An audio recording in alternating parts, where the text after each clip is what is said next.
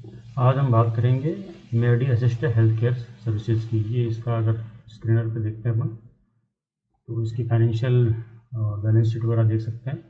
इसमें कुछ ज़्यादा देखने के लिए नहीं है, कंपनी काफ़ी पुरानी है।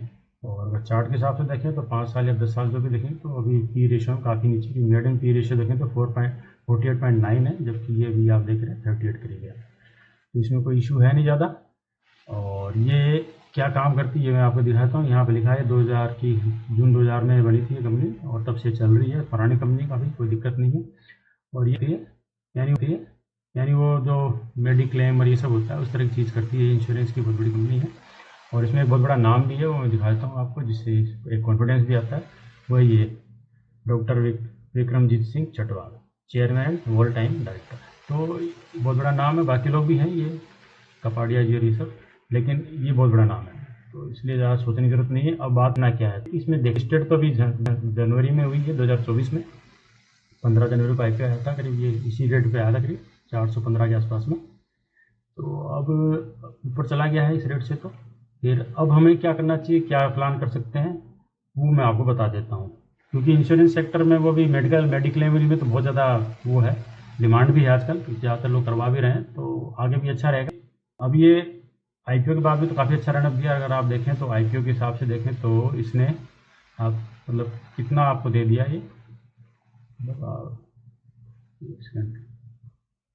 मतलब ये अगर इस लेवल पे देखते हैं तो 71% करीब जा चुका था। उसके बाद अब ये डाउन हो चुका है। अब डाउन कितना आ चुका है फिलहाल, तो फिलहाल अगर देखते हैं तुम इसको थोड़ा सा टाइम हाई से ऑल टाइम हाई से देख लें इसका, तो इसने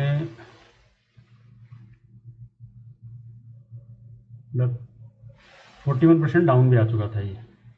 और अब क्या है कि अब ये वापस चलना शुरू हुआ बीच में। और अब ये डाउन क्यों आया ये तो आपको पता है, क्योंकि मार्केट जिस तरह चल रहा था तो डाउन तो आना ही था। सारे आए हैं तो ये भी आएगा। अब क्या करना है वो मैं आपको बताता हूँ।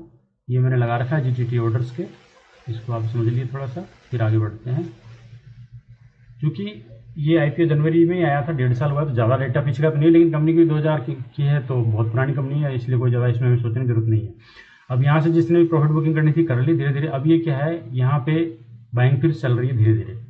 अब ये इस लेवल से यहाँ तक गया और वापस नीचे आ रहा है। हो सकता है, जरूरी नहीं कि आए, हो सकता है कि आपको एक मौका यहाँ पे एंड में नहीं आपको जाए, तो इसलिए मैंने ये आपको बताया रखा है। यहाँ पे जो पहला GTT ऑर्डर लगाएंगे आप 480 रुपये का लगाएंगे, उसमें 3% लगाना है। अभी 3% क्या है, क्योंकि कुछ लोग नए भी आ गए इसलिए मैं समझा देता हूँ। जो भी आपका पोर्टफोलियो है, मैं ये मान चल रहा हूँ कि आपका पोर्टफोलियो 10 लाख का है, तो 10 लाख का 3% होता है 30,000 रुपये, यानी आपको इस लेवल पे 30,000 रुपये लगाना है। उसके बाद जो नेक्स्ट GTT ऑर्डर लगाना है, दोनों GTT ऑर्डर साथ लग सकते हैं, कोई इशू है नहीं। दूसरा GTT ऑर्डर आपको लगाना है ये वाला, ये सेकंड GTT ऑर्डर है 430 से 415, यानी इसके बीच में आपको जहाँ ठीक लगता है आप वहाँ लगा सकते हैं। मेरे हिसाब से ये लेवल आना चाहिए। अगर ये नहीं आता है तो ये तो है ही आपके पास। अब आप ये सोचेंगे जी नहीं यहाँ नहीं, हम यहाँ लेंगे, ये ऐसा नहीं है कि ये यहाँ आएगा ही। ये एक चांस की बात होती है। मार्केट में कोई बहुत ख़राब न्यूज़ चल रही हो तो बात अलग, अदरवाइज ये चांसेस हैं कि यहाँ ना आए, पर ये चांस है कि आपको मिल सकता है। मिलने के अभी तक हुआ नहीं, आप लाइन देख रहे हैं।